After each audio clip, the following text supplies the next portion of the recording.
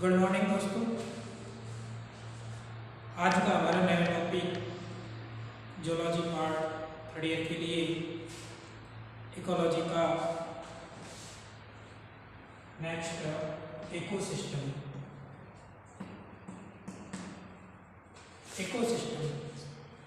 Ecosystem को हिंदी में हम क्या कहते हैं?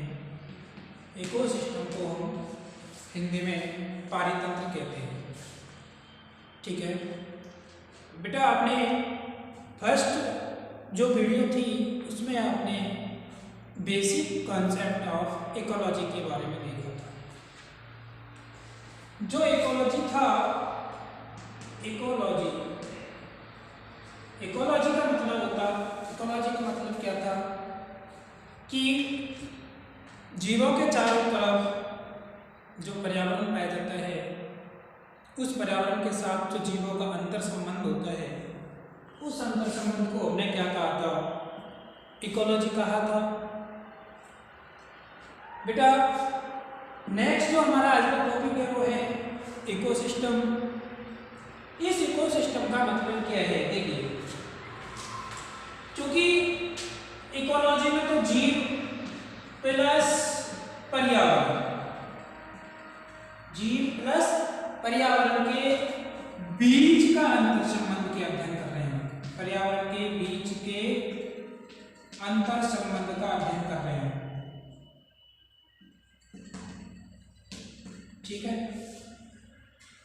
तो देखिए पर्यावरण का मतलब क्या है?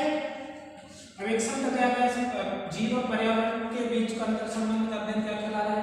इकोलॉजी या पारिस्थितिकी कहला रहा है। इकोलॉजी को हम क्या कहते हैं हिंदी में? पारिस्थितिकी कहते हैं।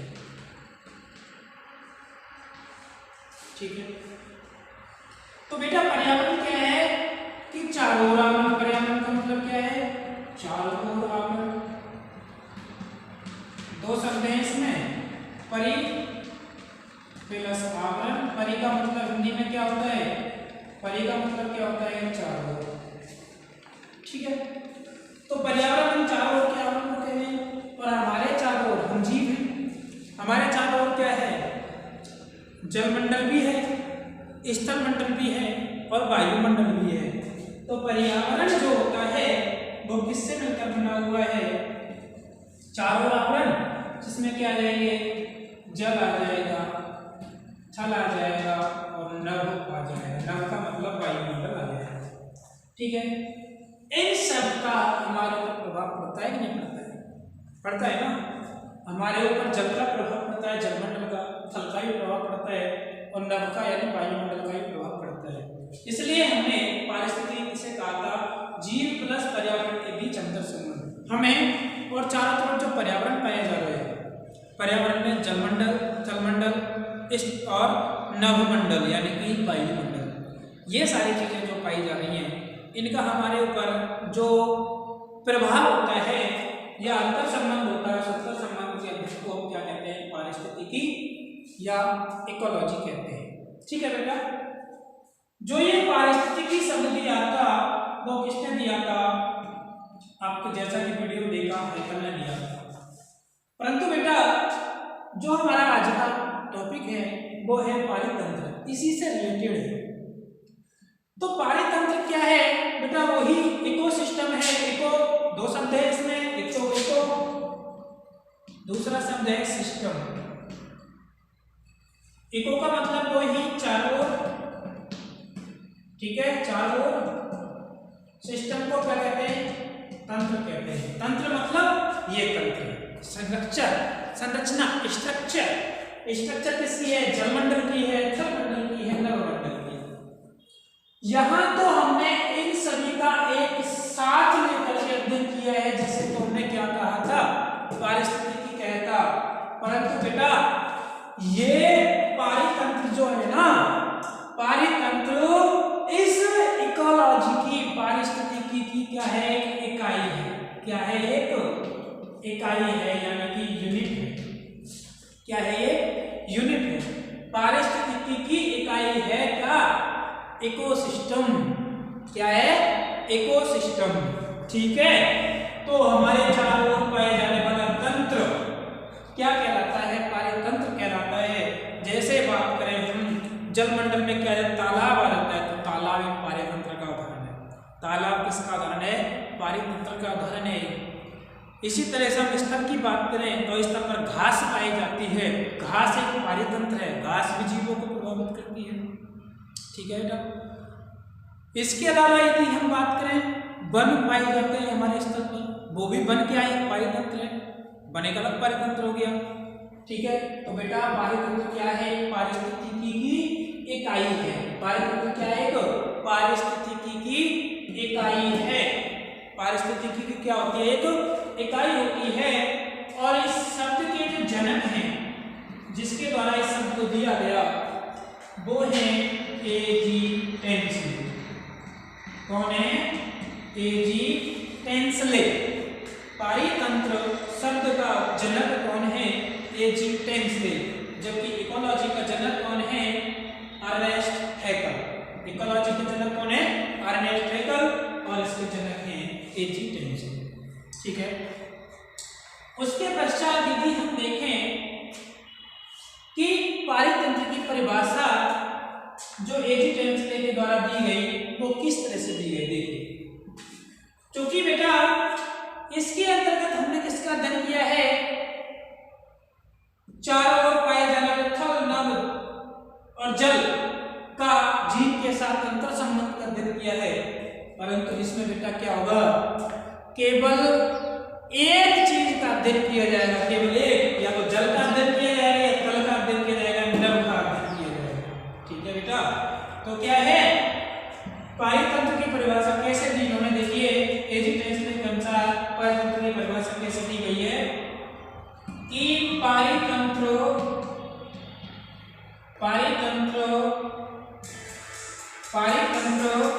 ठीक है, पारितंत्र पारिस्थितिकी की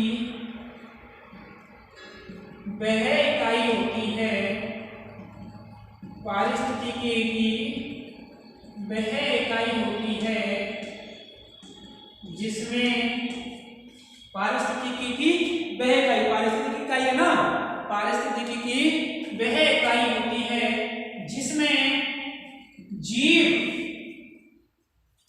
और उसके चारों ओर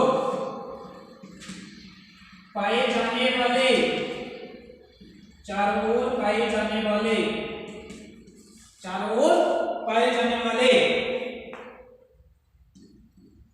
घटकों का अध्ययन किया जाता है, ठीक है बेटा।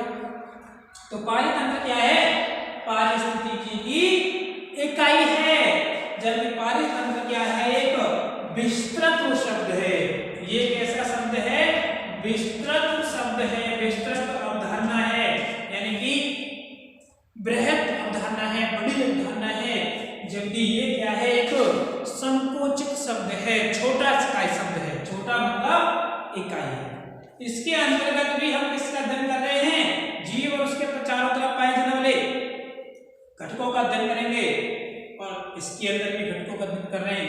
परंतु क्या है, केवल एक इकाई में पाए जाने वाले घटकों का अध्ययन करेंगे। जैसे इकाई कौन सी होंगी, जल हो सकती है, थल हो सकती है, नभ हो सकती है।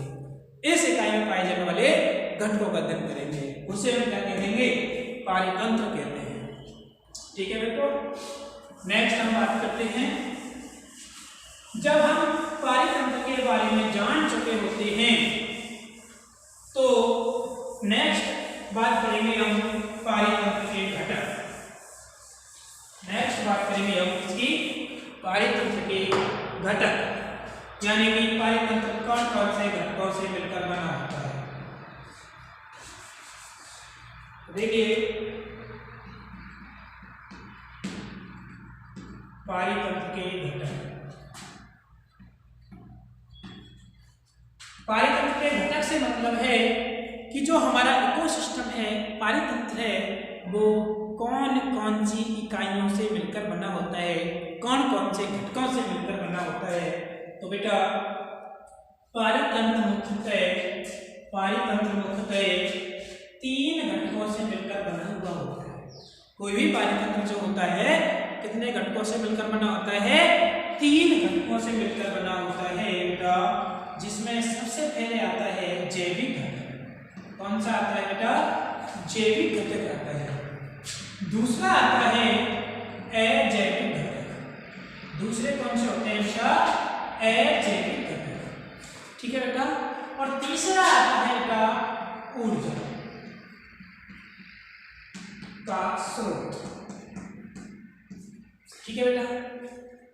पारितंत्र के मुख्य घटक कौन से होते हैं बेटा? जैविक घटक, अजैविक घटक और ऊर्जा के स्रोत। जैविक घटक क्या होते हैं बेटा? जैविक घटक वे होते हैं जिनमें जीवन संभव होता है। जिनमें क्या संभव होता है बेटा? जीवन संभव होता है। पारितंत्र के ऐसे घटक जिनमें जीवन संभव होता है बेटा, वो कैसे कहलाते हैं? जैविक घटक कहलाते हैं। बेटा इन जैविक घटकों को भी आगे चलके हम 2 भागों में विभक्त कर सकते हैं बेटा। एक होते हैं उत्पादक। एक तो कौन से होते हैं बेटा? उत्पादक होते हैं जैविक घटक। और दूसरे होते हैं बेटा उपभोक्ता। दूसरे कौन से होते हैं बेटा? उपभोक्ता। ठीक है। तो जिनमें जीवन पाया जा रहा है बेटा, जैसे जिन घटकों में जीवन पाया जा रहा है उनको हमने 2 भागों में विभक्त कर दिया है, उत्पादक और उपभोक्ता। अब उत्पादक क्या कहलाते हैं बेटा? उपभोक्ता क्या कहलाते हैं? उत्पादक का मतलब है कि ऐसे जैविक घटक जो उत्पादन करते हैं बेटा, यानी कि भोजन का उत्पादन करते हैं, वो क्या कहलाते हैं? उत्पादक कहलाते हैं बेटा। क्या कहलाते हैं? उत्पादक कहलाते हैं। जैसे बात करें तो हरे पेड़ पौधे जितने भी हैं, जितने भी हरे पेड़ पौधे होते हैं बेटा, हरे पेड़ पौधे जो होते हैं बेटा, वो क्या होते हैं? उत्पादक होते हैं। ठीक है बेटा। अब उपभोक्ता क्या होते हैं बेटा? उपभोक्ता किसे कहेंगे? ऐसे जैविक घटक बेटा जो किन पर आश्रित रहते हैं? उत्पादकों पर आश्रित रहते हैं। क्या कहलाते हैं? उपभोक्ता कहलाते हैं। ऐसे जैविक घटक जो किस पर आश्रित रहते हैं? उत्पादकों पर आश्रित रहते हैं बेटा, वो क्या कहलाएंगे? उपभोक्ता कहलाते हैं। ठीक है बेटा। तो ये उपभोक्ता भी आगे चलकर बेटा 2 प्रकार के होते हैं। कितने प्रकार के होते हैं? 2 प्रकार के होते हैं बेटा। देखिए, एक तो होते हैं सूक्ष्म उपभोक्ता। एक तो कौन से होते हैं बेटा? सूक्ष्म उपभोक्ता होते हैं। और दूसरे होते हैं बृहद उपभोक्ता। दूसरे कौन से होते हैं? बृहद उपभोक्ता। बृहद उपभोक्ता। ठीक है बेटा। सूक्ष्म उपभोक्ता क्या होते हैं? कि ऐसे उपभोक्ता जो क्या करते हैं? सूक्ष्म पदार्थों को भोजन के रूप में उपयोग में लेते हैं। सूक्ष्म पदार्थों को भोजन के रूप में उपयोग में लेते हैं। जैसे सूक्ष्म जीव जो होते हैं, जीवाणु, विषाणु जो होते हैं ना बेटा, वो कैसे कहलाते हैं? सूक्ष्म उपभोक्ता कहलाते हैं। जीवाणु, विषाणु जो होते हैं कैसे कहलाते हैं बेटा? सूक्ष्म उपभोक्ता। क्योंकि इनके लिए कैसे भोज्य पदार्थों की आवश्यकता होती है? बिल्कुल छोटे छोटे भोज्य पदार्थों की आवश्यकता होती है, इसलिए इन्हें क्या कहते हैं? सूक्ष्म उपभोक्ता कहते हैं। जबकि बृहद उपभोक्ता क्या कहते हैं बेटा? कि ऐसे उपभोक्ता जिनके लिए भोजन बड़े रूपों में उपलब्ध होता है। भोजन कैसे रूपों में उपलब्ध होता है? बड़े रूपों में उपलब्ध होता है बेटा, उनको हम क्या कहते हैं? बृहद उपभोक्ता कहते हैं बेटा। क्या कहते हैं? बृहद उपभोक्ता कहते हैं। ठीक है बेटा। अब ये बृहद उपभोक्ता जो है ना, इनको भी आगे चल के कई भागों में विभक्त किया जा सकता है। जैसे प्राथमिक उपभोक्ता, जैसे प्राथमिक उपभोक्ता। दूसरा होता है बेटा द्वितीयक उपभोक्ता। दूसरा कौन सा होता है बेटा? द्वितीयक उपभोक्ता। नेक्स्ट होता है तृतीयक उपभोक्ता। तृतीयक उपभोक्ता। ठीक है बेटा। तो बृहद उपभोक्ता भी कितने प्रकार के हो गए? प्राथमिक हो गया, द्वितीयक हो गया, तृतीयक हो गया। अब प्राथमिक उपभोक्ता किन्हें कहते हैं बेटा? प्राथमिक उपभोक्ता उन्हें कहते हैं जो सीधे किन पर आश्रित रहते हैं? उत्पादकों पर आश्रित रहते हैं बेटा। और द्वितीयक उपभोक्ता उन्हें कहते हैं जो प्राथमिक उपभोक्ता पर निर्भर रहते हैं, और तृतीयक उपभोक्ता उन्हें कहते हैं जो द्वितीयक उपभोक्ता पर आश्रित रहते हैं बेटा। ठीक है, तो सूक्ष्म उपभोक्ता का उदाहरण क्या हो गया आपका बेटा, जैसे जीवाणु। इनको हम बेटा है ना दूसरे नाम में कह सकते हैं, सूक्ष्म उपभोक्ता को अपमार्जक भी कह सकते हैं। क्या कह सकते हैं? अपमार्जक भी कह सकते हैं। क्यों? क्योंकि ये सूक्ष्म उपभोक्ता साफ सफाई का कार्य करते हैं। जीवाणु क्या करते हैं? सड़े गले जीव जंतु जो होते हैं, पेड़ पौधे जो होते हैं, उनको साफ करने का कार्य करते हैं। इस वजह से इनको क्या कह सकते हैं बेटा? अपमार्जक भी कह सकते हैं। ठीक है बेटा, इसलिए इनको जीवाणु विषाणु को हम क्या कह सकते हैं? अपमार्जक भी कह सकते हैं। प्राथमिक उपभोक्ता का एग्जाम्पल बेटा आ जाएगा। प्राथमिक उपभोक्ता उन्हें कहते हैं जो सीधे उपभोक्ता उत्पादक पर आश्रित हैं, यानी हर पेड़ पौधों पर आश्रित हैं, जैसे कीट। कीट बेटा आश्रित रहते नहीं रहते इंसेक्ट पेड़ पौधों पर। इंसेक्ट अपने पेड़ पौधों से भोजन प्राप्त करते हैं, इसलिए कैसे हो जाएंगे? प्राथमिक उपभोक्ता हो जाएंगे बेटा। द्वितीयक उपभोक्ता का एग्जाम्पल ले सकते हैं बेटा मेंढक। द्वितीयक उपभोक्ता का एग्जाम्पल क्या ले सकते हैं बेटा? मेंढक ले सकते हैं। जो किसको खा सकता है? मेंढक कीटों को खाता है। खाता है नहीं खाता है, इसको द्वितीयक उपभोक्ता कहलाते हैं बेटा। ठीक है, तृतीयक उपभोक्ता का एग्जाम्पल बेटा हम क्या ले सकते हैं? स्नेक ले सकते हैं। सर्प क्या ले सकते हैं बेटा? स्नेक ले सकते हैं। तो बेटा सर्प मेंढक तो खाएगा कि नहीं खाएगा? खा लेगा, इसलिए तृतीयक उपभोक्ता कहते हैं। इसके अलावा इसका एग्जाम्पल बेटा हम मानव भी ले सकते हैं। मानव बेटा इन सबको खा सकता है नहीं खा सकता है? बिल्कुल खा सकता है। इसलिए तृतीयक उपभोक्ता को हम सर्वाहारी भी कह सकते हैं, और एक अलग प्रकार से उपभोक्ता ही बना सकते हैं सर्वाहारी, जो सभी का भक्षण कर सकता है, सभी चीजों का भक्षण कर सकता है, या सभी प्रकार के उपभोक्ताओं को आहार बना लेता है, उसको बेटा सर्वाहारी कह सकते हैं, और तृतीयक उपभोक्ता भी कह सकते हैं। ठीक है बेटा, तो इस तरह से इनके मध्य क्या पाई जाती है? श्रृंखला पाई जाती है। इनके मध्य क्या पाई जाती है? एक पोषक स्तर हो गए ना, एक पोषक स्तरीय हो गया, दूसरा पोषक स्तरीय हो गया, तीसरा पोषक स्तरीय हो गया। बेटा इन पर आश्रित कौन हो सकते हैं? ये, क्योंकि इन सभी का भक्षण कर सकते हैं, ये मरेंगे तो ये उनका नष्ट करेंगे, नहीं करेंगे जीवाणु, तो चौथा पोषक स्तरीय हो जाएगा ना। तो 4 पोषक स्तर हो गए, ये हो गए, ये एक दूसरे पर आश्रित रहते हैं और एक श्रृंखला में पाए जाते हैं। कीट को मेंढक खाएगा, मेंढक को सर्प खाएगा, सर्प को मानव खा सकता है, खा सकता है नहीं खा सकता है? इसके अलावा बाज खा सकती है सर्प को, सर्वाहारी में आ जाएगा बाज। तो इस वजह से बेटा एक पोषक स्तरों की क्या पाई जाती है? एक श्रृंखला पाई जाती है।